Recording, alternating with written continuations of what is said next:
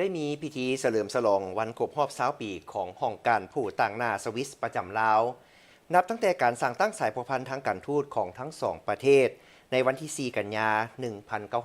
1963 สายพัวพันธ์มิตรภาพและการร่วมมือที่ดีแม่นได้รับการเสริมขยายอย่างต่อเนื่องโดยมีการริเริ่มการร่วมมือในปี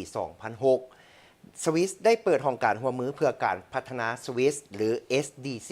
ที่สาธารณรัฐประชาธิปไตยประชาชนลาวพิธีเฉลิมฉลองได้จัดขึ้นในวันที่ 12 พฤษภาคม 2026 ที่นครหลวงวิจันทร์โดยการให้เกียรติเข้าร่วมของทานนางบุญคำวรจิตผู้ว่าการธนาคารแห่งสาธารณรัฐประชาธิปไตยประชาชนลาวมีห้องรัฐมนตรีทูตานุทูตพร้อมด้วยแขกถึกเชิญเข้าร่วมทานเปโดสตาวาเลนเอกอัครราชทูตแห่งสมพันธรัฐสวิสประจำสาธารณรัฐประชาธิปไตยประชาชนลาวได้กล่าวว่า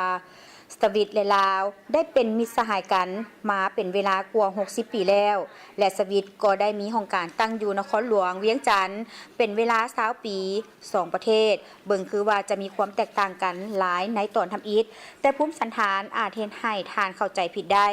แม่นแล้วพวกเขาอยู่ห่างไกลกันหลายพันกิโลเมตรแต่เมื่อทานเบิ่งให้ละเอียดตื่มทานจะพบเห็นความคือกันที่น่าประทับใจ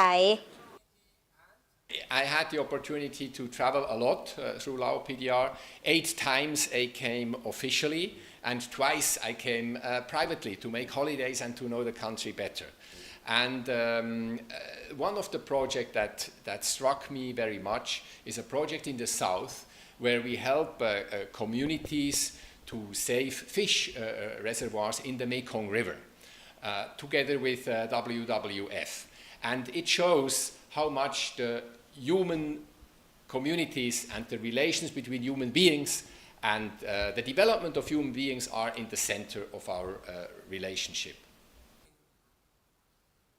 ท่านเปโดสตาวาเรนยังได้กล่าวเติมเน้นว่าสิ่งที่เฮ็ดให้ประทับใจที่สุดแม่นรากฐานความหักแพงที่ลึกซึ้งซึ่งมีมาแต่ดนนานก่อนที่จะมีการตั้งโครงการหรือปักธงชาติลงในดินแดนแห่งนี้สวิสได้เข้ามามีส่วนร่วมทางด้านจิตใจโดยผ่านการช่วยเหลือด้านมนุษยธรรมผ่านบรรดาวิศวกรที่เฮ็ดเวียกร่วมกับผู้เชี่ยวชาญด้านน้ำของในซุ้มปี 1970 และผ่านองค์การกาแดงสวิสที่ได้เข้ามาถึงหมู่บ้านต่างๆในลาวแต่ปี 1988 ก่อนที่พวกเขาจะเปิดห้องการร่วมมืออยู่ที่นี่ในปี 2006 ความไว้เนื้อเชื่อใจระหว่างประชาชนทั้งสองชาติก็ได้ถูกสร้างขึ้นมาเป็นเวลาหลายทศวรรษจากนั้นทานนางบุญคำวรจิตก็ได้ขึ้นมีคำเห็นซึ่งทานได้กล่าวว่านับตั้งแต่การสั่งตั้งสายพัวพันธ์การทูตน้ำกันในวันที่ 4 กันยายน 1963 สายพัวพันธ์มิตรภาพและการร่วมมือที่ดีคือได้รับการเสริมขยายอย่างต่อเนื่องโดยมีการริเริ่มการร่วมมือในปี 2006 สวิสได้เปิดห้องการร่วมมือเพื่อการพัฒนาสวิส SDC ที่สาธารณรัฐประชาธิปไตยประชาชนลาวและต่อมาปี 2007 สถานเอกอัครราชทูตแห่งสาธารณรัฐประชาธิปไตยประชาชนลาวประจำสวิสและสำนักงานผู้ต่างหน้าถาวรของลาวประจำสหประชาชาติและองค์การจัดตั้งสากลอื่นๆได้เปิดอย่างเป็นทางการที่เซอร์แนลแสดงให้เห็นถึงการยืนยันความหมายมั่นและระยะยาวต่อการเสริมสร้างมิตรภาพและการร่วมมือของทั้งสองประเทศระหว่างลาวและสวิสการช่วยเหลือดังกล่าวแม่นสอดคล้องกับแผนพัฒนาเศรษฐกิจสังคมแห่งชาติของลาวในแต่ละระยะ